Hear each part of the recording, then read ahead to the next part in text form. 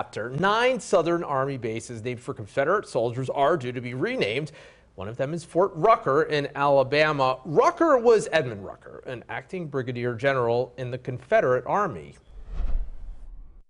But that was then and this is now. Army retired Chief Warrant Officer and Harrisburg native Ken Stambaugh didn't have a say, of course, when Fort Rucker got its name, nor much more recently when the government decided to rename it. But as for the new name? Fort Rucker is the home of Army aviation. And if you went through Fort Rucker, which I did 3 times, the renaming to Fort Novosel is absolutely appropriate. Fort Novosel for Chief Warrant Officer Michael Novosel, originally of Etna, Pennsylvania, near Pittsburgh. Mr. Novosel flew in World War II, Korea, and Vietnam. Stambaugh served under Novosel. He was the warrant officer's warrant officer. He was who we wanted to be. Stambaugh learned a lot of what he knows from Novosel once he got the courage to say something to him. I saw him the first time. I was too shy to talk to him. Stambaugh told his training officer he had seen Novosel. He goes, "Did you talk to him?" And I said, "No."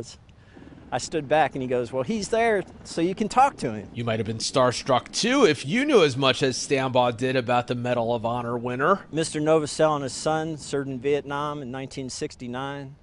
They have the distinction of being the only father-son team that picked each other up after they were shot down. Stambaugh has been coming to what's now Soldiers Grove behind the state capitol all his life. This was my playground when I was 10 years old. My mother was a librarian there.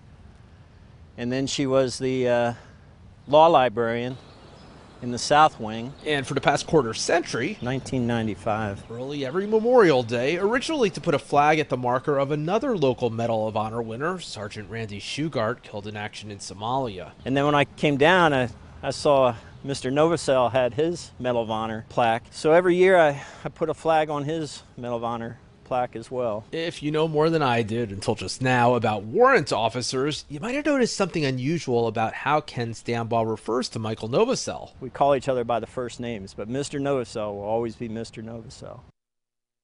And if the renaming is finalized, the base in Alabama will always be Fort Novosel. Congress will have the final say. Valerie, all 9 bases could get their new names by New Year's Day 2024.